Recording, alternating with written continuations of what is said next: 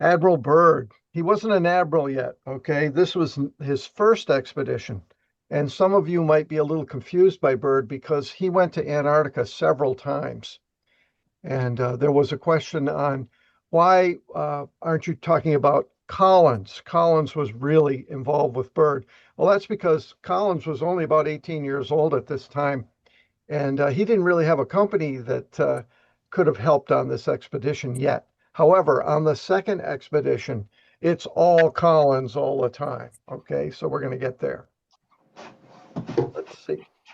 So I'm going to start with a review of ham radio the way it was before 1926, 1927, when they were thinking about this expedition.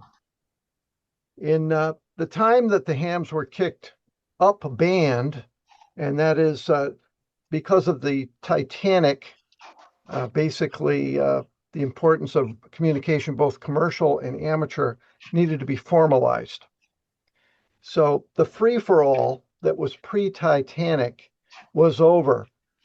In 1912, the hams had to be above 1500 kilohertz. Now, it would take some time for them to get above that frequency. But this is a typical ham station. Basically, you had a loose coupler as your crystal set receiver. You had a low power spark station, or you had a high power spark station of some kind. There were several types of transmitters. They all put out a raucous note that was easily picked up by a crystal radio without a BFO. So CW as we know it, as a continuous wave, had not come along yet. Here was a post-1912 ham station. This is a QRP station, actually. It looks like it's a college, possibly a college station or a student station. You can see some of the equipment. Again, the small loose coupler, those large Navy type loose couplers for the long waves. You're not going to be using those for frequencies from the 1 megahertz region up. You have to use a much smaller crystal set. They were called midget crystal sets or midget loose couplers. You can see the spark gap transmitter is to the right, along with the high Q tuning coil, and there's some wires that appear to go over to the window where the transmit receive switch is. So this is a typical QRP station from just after 1912. Now, the secret to communications at these intermediate frequencies is what they were called. Intermediate frequencies are frequencies above the long wave spectrum. Basically, the broadcast band is an intermediate frequency. They required very high Q-tuned circuits because we had to separate the stations up here. And for several stations to share the band at once, you have to take that spark gap and narrow it up. And that's done with a high Q helical resonator transformer, as you can see here.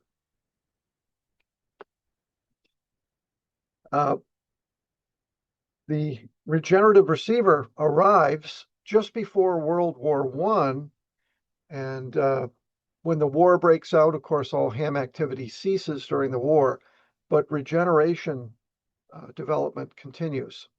A company called Adams Morgan had enlisted the help of Paul Godley. Paul, sometimes called Paradigm Paul, was the guy that Armstrong had met at the Radio Club of America. Paul Godley had just gotten back installation on the Railroad of Doom that was in the Amazon, and he set up long wave stations there. When he attended his first RCA meeting, Armstrong said, "Yeah, I heard some of your transmissions from South America." To which Godley said, "That's impossible. You couldn't possibly have picked up those stations." And that was when Armstrong revealed the regenerative receiver to Godley. Now, Godley was such a good technician and builder that he became the de facto prototype technician builder for Armstrong. And Adams Morgan Company, located in Montclair, New Jersey, they basically, and we're talking about Adams. Yes, that Adams, the boy's first book of radio and electronics. Okay. Uh, and Morgan, Alfred Morgan, the boy's first book of radio and electronics.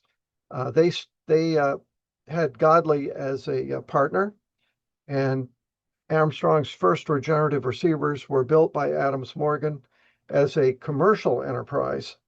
And this is the Paragon that was actually taken to the transatlantic tests in 1921.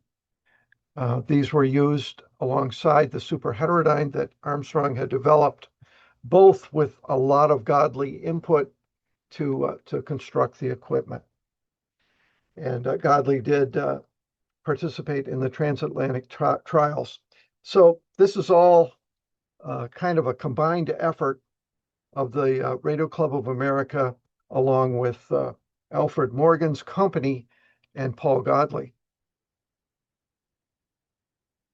Okay. So the typical ham transmitter after the war, when tubes became available, were running real CW. This is a typical CW transmitter. The ARRL 1926 handbook outlines how to build these tube-type transmitters, and the hams begin to experiment above 1500 kilohertz. However, you'll notice during the transatlantic tests, they weren't ready to go there yet, and they operated in the middle of the broadcast band, probably around 1 megahertz, under special experimental licensing. It would have been illegal for hams to operate in the broadcast band by that time. You guys are familiar with these 1-tube and 2-tube transmitters. So let's get into Byrd. Now you know what the state of shortwave was. By the mid-20s, shortwave was still very new. Hams were still operating between 1 megahertz and probably 80 meters. They weren't really going any higher than that. There's a great Paramount picture called With Byrd at the South Pole. This is the link to it, but you can see it right on YouTube and watch the whole thing.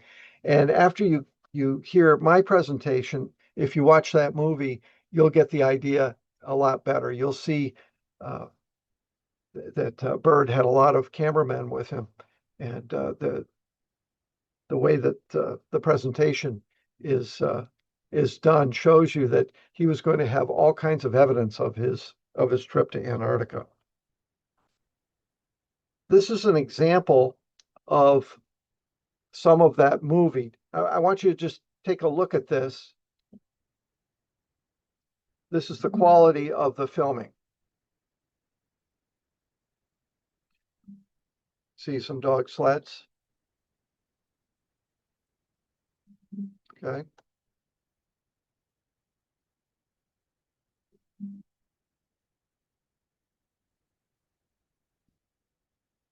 See, this pole is suspending the end-fed half-wave, 2 bamboo poles on the ice. This is a hand-cranked emergency transmitter from the plane. So I just wanted you to see that. Okay. So by the 1920s, the heroic age of land exploration had basically ended. All of the big deal expeditions like Machu Picchu, Roosevelt going up the Amazon River, Scott and Amundsen in the South Pole, the North Pole expeditions, all of the great land expeditions were already finished. There were very few firsts for explorers. So it turned out the public was fascinated by flight. So this was a place where you could still be the most exciting, explorer in the world at an airplane. Get an airplane, lighter than airship, whatever. Amelia Earhart flies over the Atlantic as a passenger in 1928. Lindbergh makes it across the Atlantic. This is the exciting stuff. So in 1927, 1928, if you could put an airplane in the air, you could rediscover the North Pole by flying over it. You could rediscover the South Pole by flying over it. So that became the heroic exploits that Byrd became interested in. So Byrd got involved with the 1925 Macmillan Arctic expedition, where they were going to fly over the North Pole. And you can see he's got some pretty modern equipment for that North Pole setup. You can see already it looks like they've got the RCA bones showing, Brian. So even as by 1926, they already were using the regenerative receiver, or at least a prototype of it. So they were using shortwave in the Arctic 1926 flyover attempt. However, there was a dispute. Amundsen had gotten on this lighter than airship called the Norge, and he also was going for the North Pole. So it was Byrd against Amundsen. Byrd took off from Norway using a Fokker trimotor plane, and he claimed to have circled the North Pole with the trimotor. But there was a controversy, and there still is to this day. It's never been solved. It's kind of like Amelia Earhart. They don't have an answer quite yet. Did Byrd actually make it to the pole? Did he have enough fuel on board? Was the timing right? So this dispute really upset Byrd. This was not the way you're supposed to do exploration. So we call this besmirched glory. And Byrd was not going to make that mistake again. He was going to be able to have the honor of flying over the South Pole uncontested. So he makes sure that one newspaper, the New York Times, has exclusive rights and sponsorship. Control of the media is the most important part of the expedition. There's going to be one outlet, and that is the New York Times. All communications from the South Pole will be through the New York Times. And this exclusivity is going to make sure that his story gets out there. Sounds familiar, doesn't it? Now, Richard Byrd's ego, of course, is huge. And this is his expedition. It's not the government's expedition. It's not the Navy's expedition. This is his expedition. The New York Times backs up their sponsorship with fantastic shortwave communication facilities in New York. They have a Staten Island transmitter site, and they recognize that picking up weak shortwave signals, you have to be in a remote location. So they have a remote Long Island receive site with a landline connection back to their New York headquarters at the New York Times. They also have a cabled and a wireless remote Pacific Island receive and transmitter relay site set up for reception. So this is how they're going to hear the signals from the South Pole. Now, the New York Times remote facilities are very similar to what we would consider today's, internet receive sites that we use all the time. When you can't hear somebody, you go to so-and-so's site that has a software-defined receiver on it, and maybe you can pick up the station you're interested in. Think of this, but really it's 1928 style, okay?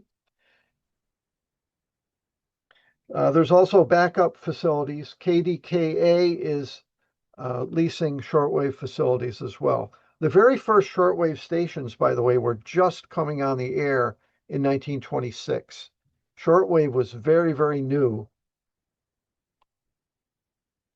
So the expedition plan, they're going to start the expedition in 1928, and they understand that the expedition will probably take up to 3 years to fly over the pole, possibly up to 3 years. So there's certainly going to be a year and a half in the South Pole.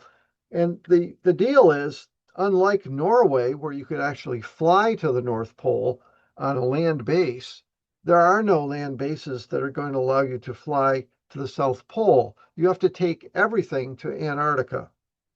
You have to set everything up in Antarctica, and you need to reassemble your airplane and then fly the airplane across the South Pole. So Byrd's port that he's running all the equipment out of is New Zealand. And basically everything is transported to Antarctica by ship, 650 tons of gear, 2 ships, and they have 1 snowmobile, 3 aircraft, and dozens of sleds and skis, sled dogs, men, radio equipment, all kinds of gear have to go down to the Bay of Whales and establish an American base called Little America on the Antarctic continent. Now, having a base due south of New Zealand makes a lot of sense. The seas are rough, but they're not as rough as if you were going through South America straight south. And to this day, all of the American bases are south of New Zealand, not South America. So the Bay of Whales on the Ross Ice Shelf, as you can see, is pretty much due south of New Zealand. And Little America, as you can see, is very close to where the modern McMurdo Station is. This is what the Ross Ice Shelf looks like. It's also called the barrier in Byrd's book, Little America. And it is a barrier. It's a cliff of ice. So you have to find access to get up onto the continent. This is not easy, finding a way to get up onto the continent from the Bay of Whales. Establishing Little America Base. So the United States had not been to Antarctica since 1848. So this was our first time back. Many other countries had been to Antarctica, but this was our first time back to Antarctica since 1848. And this shows Little America under construction. You'll notice that there's 3 very tall towers at Little America. And that's because we're going to see how important shortwave was to the expedition. The United States maintains 3 bases today. Amundsen Scott South Pole Station at the South Pole, McMurdo Station, Ross Island, and Palmer Station. These are occupied year-round, and they have, looks like they've got, about 1,500 people on the continent at any one time. So shortwave on the expedition was very important. It's going to be explored in depth on the expedition. Shipboard transmitters and receivers. Little America Base had to have towers with dipole antennas and long wire antennas. There were 3 aircraft that would require radio equipment and antennas. Emergency radios, both the hand crank type and portable gear operating on dry cells, were also provided. And then the New York Times sent personnel to operate as New York Times operators right alongside Byrd's operators. There's a licensing plan. The Department of Commerce was in effect. The FCC did not exist yet.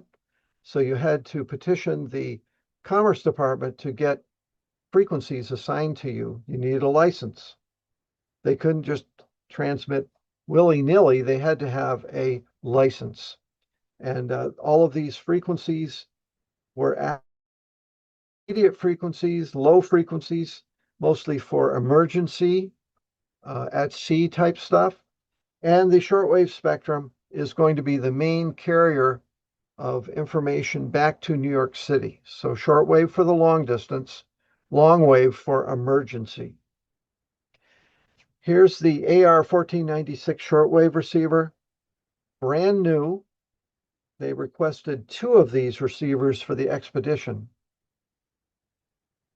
And by this time, shortwave had been proven over water for pretty long distances. They were in a sunspot waning maximum, so they should have good shortwave propagation. High power tubes were already available. Regenerative receivers and superheterodynes were available. Antenna technology is mature by this time. And there was aircraft and portable gear that had been developed during World War I and innovated on. And the first crystals are in use by this time. Here's KN4R, Brian. He's got one of these rare RCA commercial receivers variants.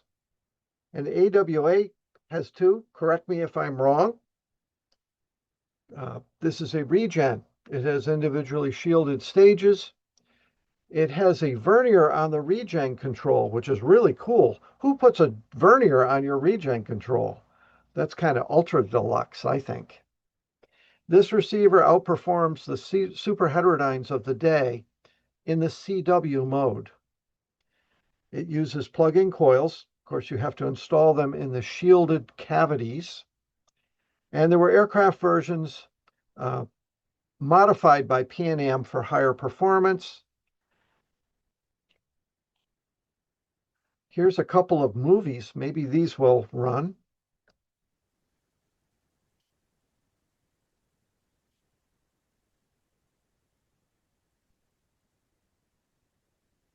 Pretty cool.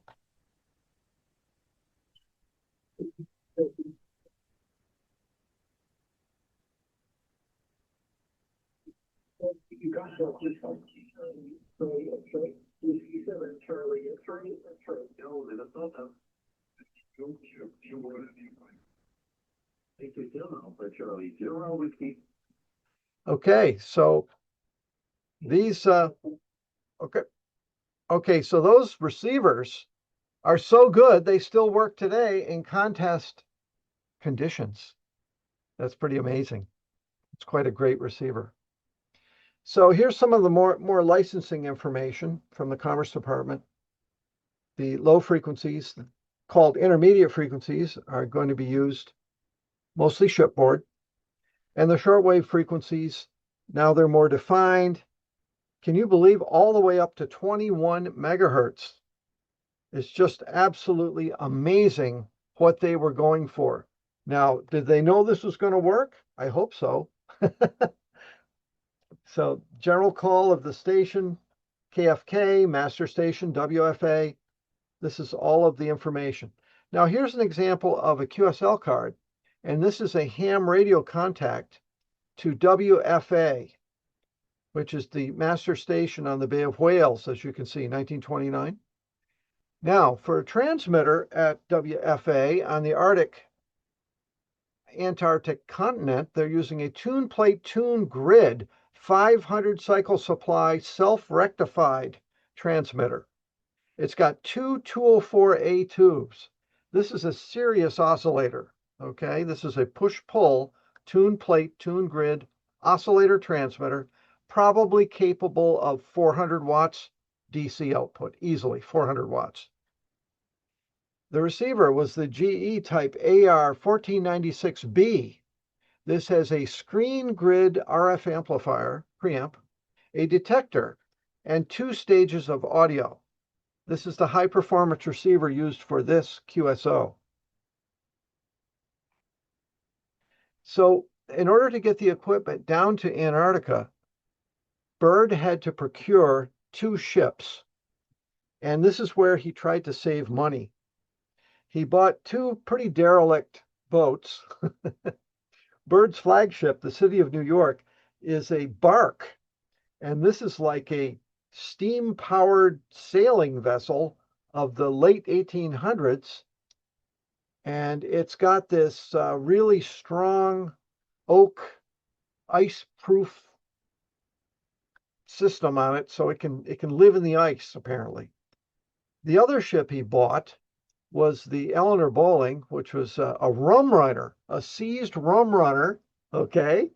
Now, this guy has never been tested in the Arctic. We don't know if he's going to survive or not, okay? Piece of junk, but They're loading these two ships up. This is how we're going to get everything down to Antarctica. We're going to be using the sailing bark and the steamship. The masts are mostly used to hold antennas at this point, I think.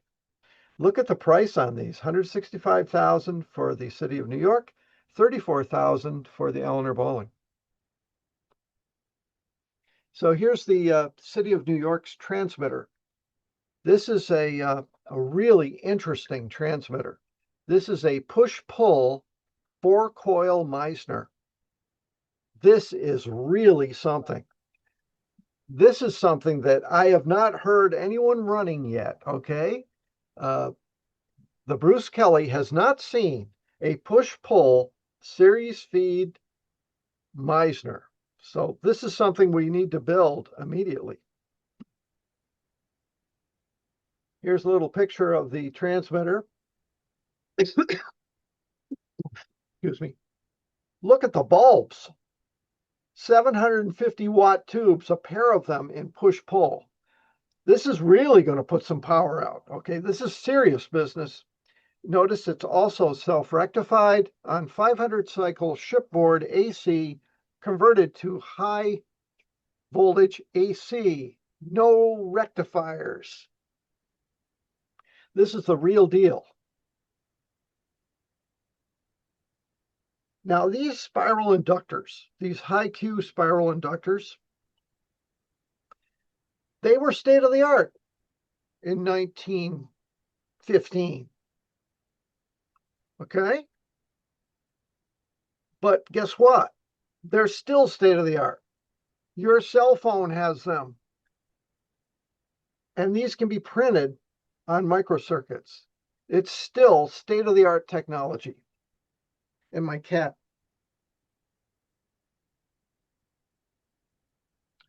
She's been meowing. Okay. Here's some of the shipboard receivers on the City of New York. They were able to borrow this intermediate frequency receiver. And I say intermediate frequency because it goes all the way up to 1200 kilohertz. That's not considered long wave. This was the R390 of the day. This is the really gold-plated potbelly stove receiver of the Navy. They were able to get a couple of those. They were also able to get some radio direction finders. And they got from Westinghouse Laboratories a shortwave superheterodyne. The shortwave superheterodyne was not used for communications. And I see that puppy, Brian, okay? I see him. This was hooked up to a chart recorder to make the first shortwave propagation ionospheric studies. So the Westinghouse Lab shortwave receiver was actually used at Little America to do ionospheric studies at different times of day and different frequencies. And this was published in the early 30s, the first propagation study ever done for shortwave. Here's a typical chart recorder that the receiver would be used with. Lloyd Berkner at the Naval Lab performed these recordings. He was the inventor of the ionosounder. The ionosound, or the ionosounder, is a way of measuring the height of the ionosphere. Basically, you send a signal up and you measure how long it takes to come back down, kind of like a radar. And that tells you that the E layer is so many miles up, the F layer is so many miles up. He invented this.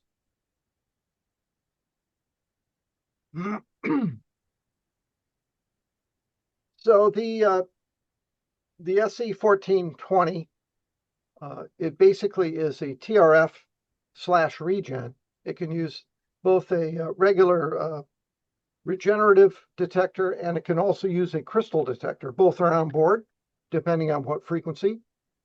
And it uses the old VT1 valves. And this would be an expensive piece to acquire. I hope the museum can get one or has one, because it's a really nice radio. But these were borrowed from the Navy. Here's another QSL card. And this one is the transmitter on the Eleanor Boiling, the little rum runner. So he's running two 204As and tune plate tune grid with the 500 cycle supply, and that's 1496.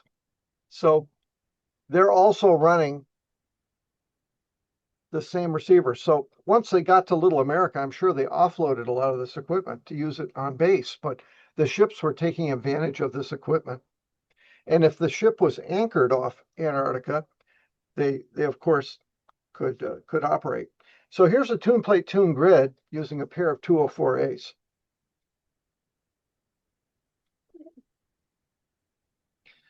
Three aircraft were taken apart, partially disassembled, put onto the ships. And can you imagine 3 aircraft? The trimotor was thought to be the one they were going to do the polar flight with. The Fokker Super America was going to be for exploration. And the Fairchild monoplane was going to be for mapping, recon, and it had a Fairchild camera platform. This is the first aerial survey cameras used on aircraft.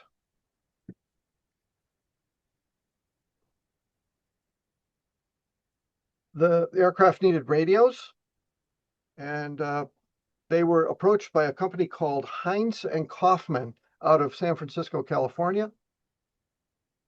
And they made a fantastic claim with this transmitter.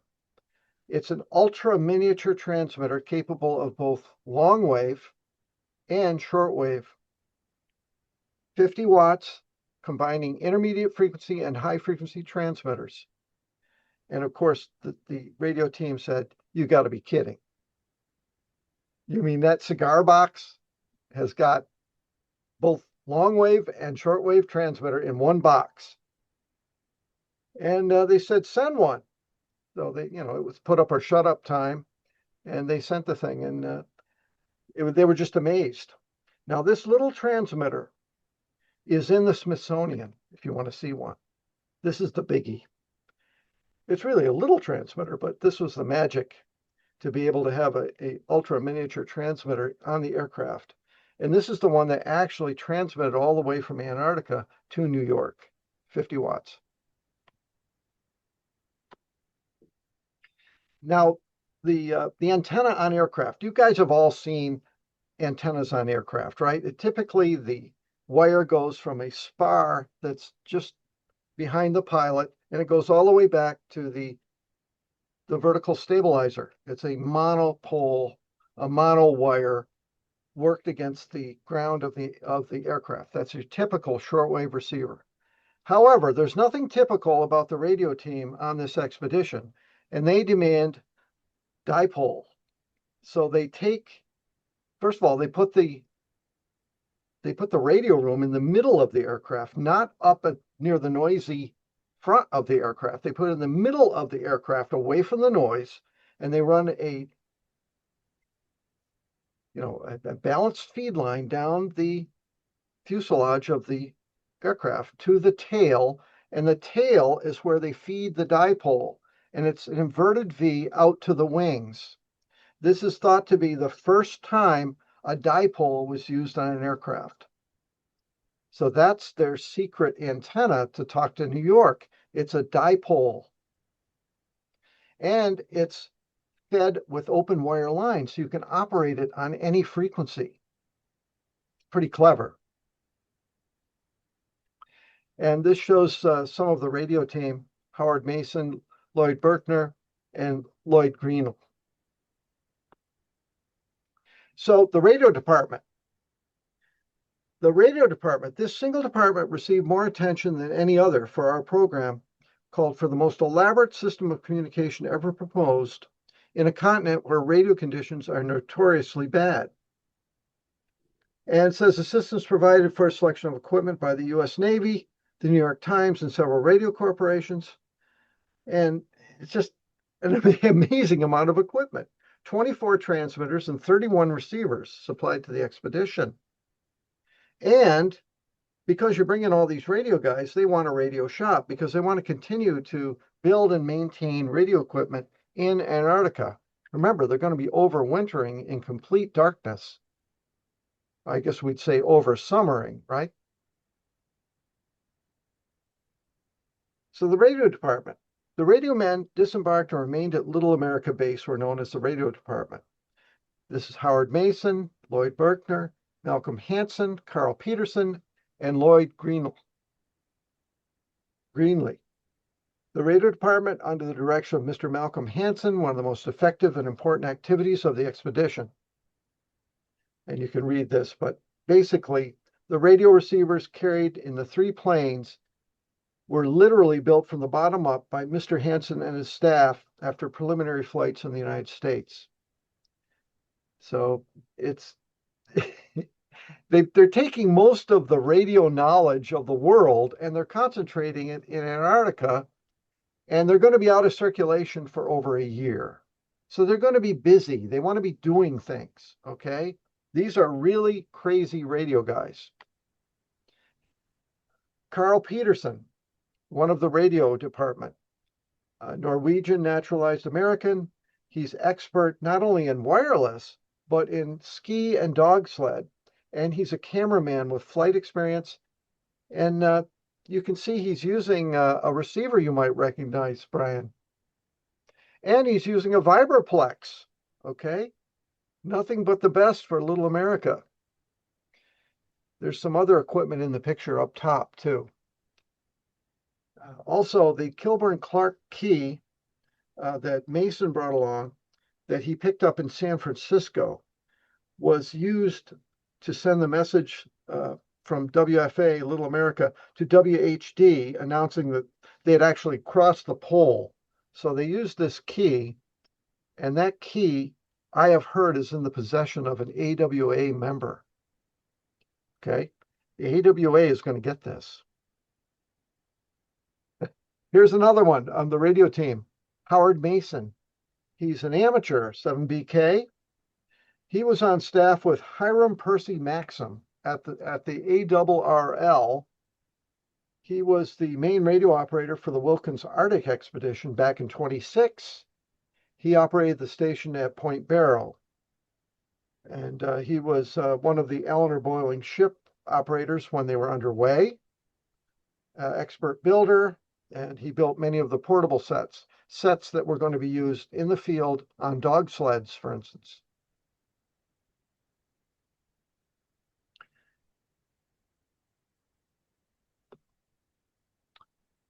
Another Malcolm P. Hansen. He's German, naturalized American, and he's Naval Research Laboratory, and he is the chief engineer for the expedition. He is the pioneer in long-distance shortwave. Actually, in 1929, during the World's Fair, his wife was presented, the World's Fair medal was presented by RCA's David Sarnoff to his wife, while Hansen was still in Antarctica. So radio construction, radio repair, ionospheric propagation, shortwave propagation, and he also operated radio direction finding site at Little America. Harold June. Harold June was the radio operator on the actual Antarctic flyover. He was a U.S. Navy warrant officer out of Block Island, Rhode Island, first-class wireless, test pilot, aircraft repair, steam engine repair, machinist, and a Vanderbilt family yachtsman. Now that's a resume that you'd like to have, right? And then Lloyd K. Greenley, Marine Corps chief operator at Byrd's 1926 polar expedition. And then there's another operator, Neville Shrimpton, who I don't believe was at Little America. He stayed on board. ZL4 Alpha Oscar. And then Lloyd Berkner, another amateur, 9 AWM. He was a holder of the speed distance record for CW relay, and National Bureau of Standards propagation ionosphere expert. Physicist in terrestrial magnetism, Carnegie Institution, Professor, George Washington University, inventor of the ionosound. So this is a good group of guys to have with you. If you want to do radio stuff, and they really wanted to do radio stuff. I think the flyover was just the headline, but it was all an excuse to get some radio equipment. So the ships arrived in November and December, and by January 2nd, they had sled teams out doing survey work to see where we're going to put Little America. The sites were approved were 8 miles from the open water, and the unloading begins. And you can see you've got a step function here to get up onto the continent, even at this low spot off the ships.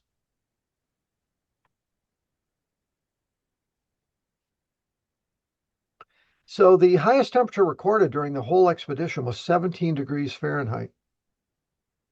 Lowest temperature, minus 72.2. That's chilly.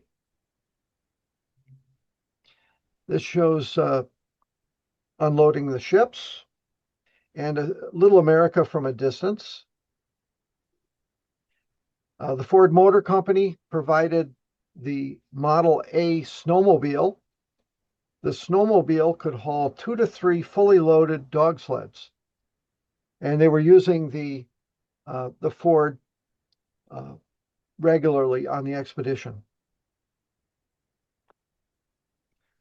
Power at Little America. They're going to be operating on 110, 60 hertz.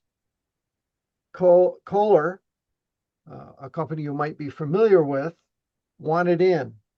And a lot of other companies wanted in too. They wanted to have their name on this expedition. Kohler was a fairly small generator company at this time. And this was their breakout moment to supply the Antarctic expedition's power plants. Now, they knew these were going to be operating in extreme cold temperatures. So Kohler took a whole year to study the fluids that would be required to make these generators operate on the expedition. The generators were supposedly so reliable that there was never any talk of loss of power on the entire expedition. When they went back to the South Pole in the early 30s, when Byrd returned and Little America was covered with snow and ice, they brought new generators with them, but they found that the original generators brought on the 1928 expedition still all functioned perfectly. So there's Kohler for you. Facilities at Little America, 2 main buildings, library, hospital. They had a radio lab, communication station. You know, this is all of the stuff you'd have in a small research facility. Kennels for the 44 sled dogs, machine shop, mess hall, bunkhouse, photographic lab, all the toys, a magnetic laboratories. Basically, they had a place where there was no metal of any kind allowed. Aircraft hangars and so on. Some of them built under snow and ice, or they would become under snow and ice. The sled dogs themselves were special. They were developed in New Hampshire, Tamworth, New Hampshire. Basically, the breed was a mix of other sled dogs, and it was called the Chinook. The Chinook is the state dog of New Hampshire, and it's because of this expedition that Chinook is our state dog here in New Hampshire.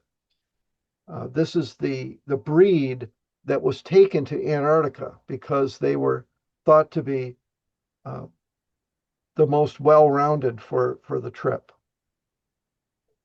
No person was lost during the expedition. There wasn't one casualty except for Chinook himself.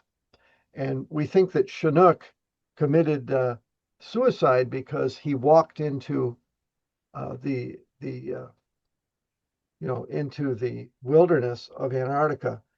He was quite elderly by this time. So only Chinook is the casualty of the entire expedition. So this is a out of the book Little America. I tried to blow it up as best I could. It shows you where everything was at Little America. And the antenna systems, looks like they had two radio stations. They had the main station, and then they had the administration building station. So they had kind of redundant setups. This is my other cat. He decided to show up too. This is Cubby.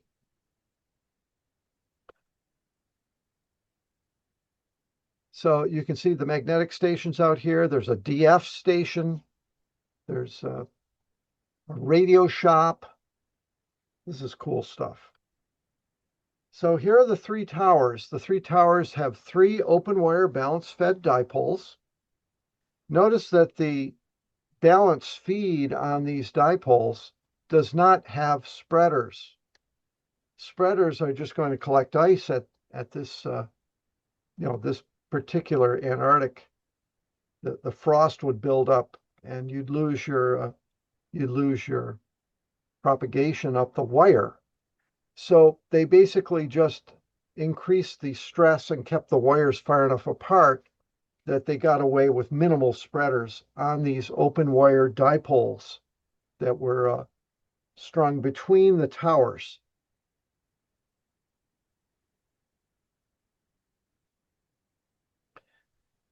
So this is just some of the press. They're talking about long distance wireless is going to be confirmed by this expedition.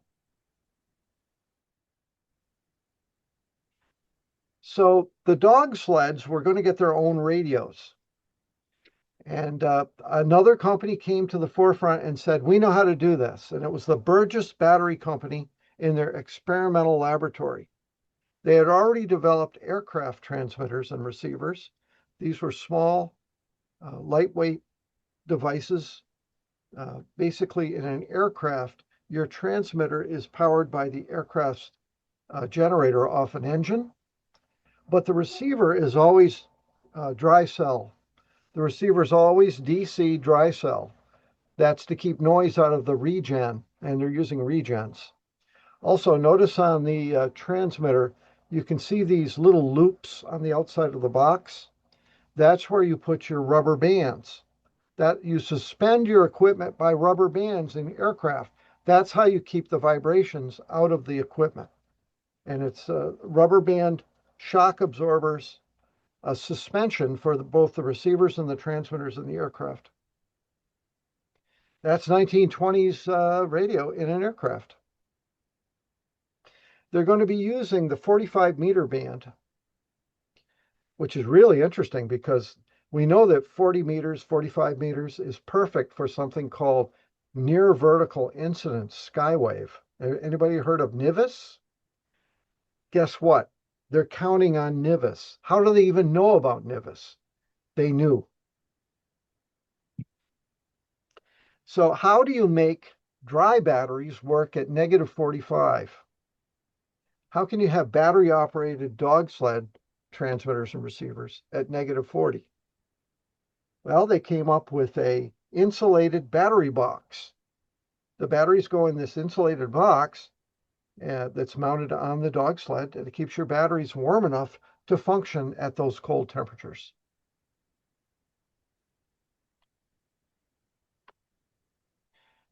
This is a shortwave receiver, a typical receiver.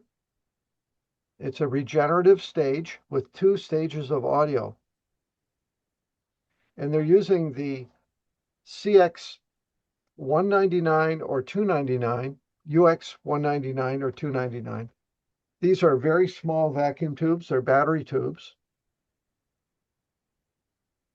You can see that there's hasp fasteners, the battery boxes on the bottom, the regen up top.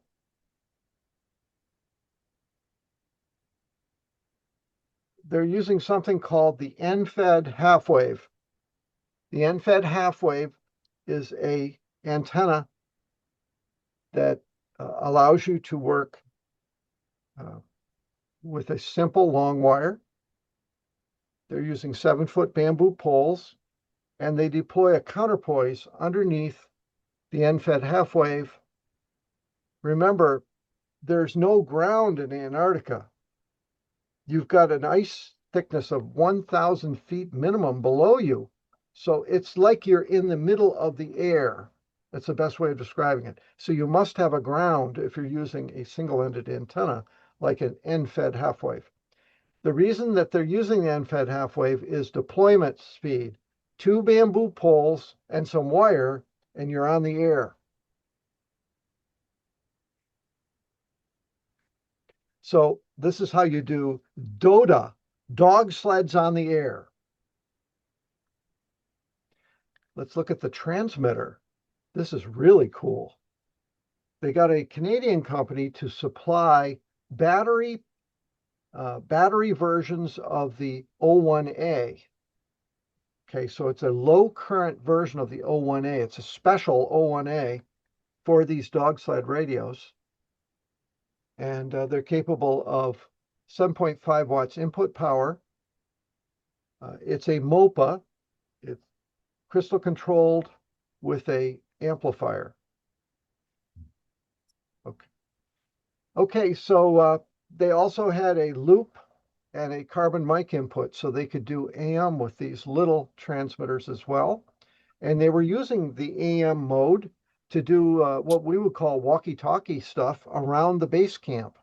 So they're using AM around base camp using the dog sled radios.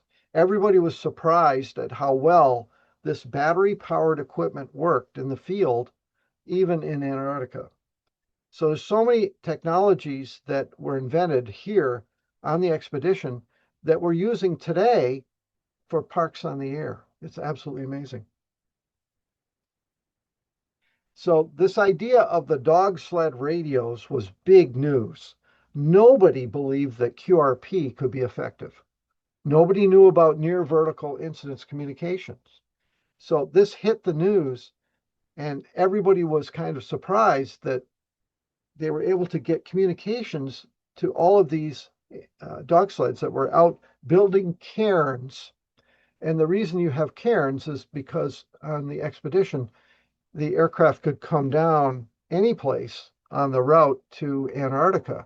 So if the plane landed 100 miles out, you need to have a cairn out there that they can get to for extra fuel, food, and a way to survive. So a lot of the work during the first year was sending dog sled teams out and aircraft out to set up cairns along the route that they were going to use to fly to the South Pole. Now you can only go out so far, but this is why they needed these low power, battery powered equipment for the dog sleds.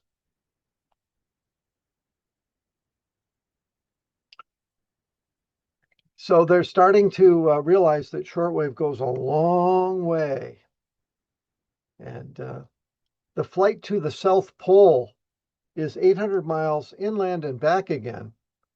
But you're going to be going over mountains that are as high as 11,000 feet. And they ended up having to throw a lot of equipment off the plane to get over some of these peaks. The book Little America is interesting. It talks about how they were able to do it. Now, they were relaying, of course, to Little America, and then Little America was relaying to the New York Times station in New York. But the New York Times was hearing the plane directly without the help of the relays. So this is a 9,000-mile aircraft to New York Times transmission record.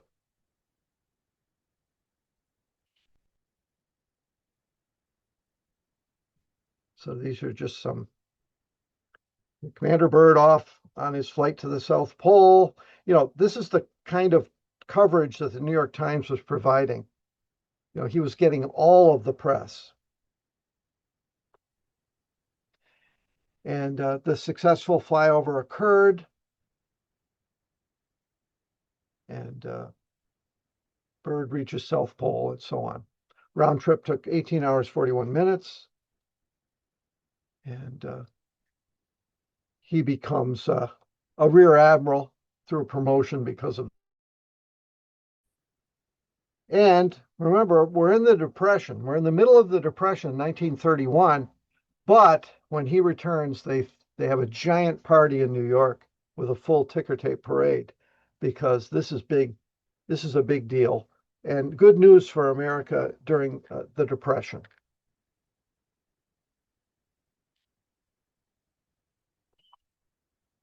So again, check out the movie With Byrd at the South Pole, Paramount Picture. It's fantastic, and it'll do a better job than I did of explaining what they were doing day to day down there.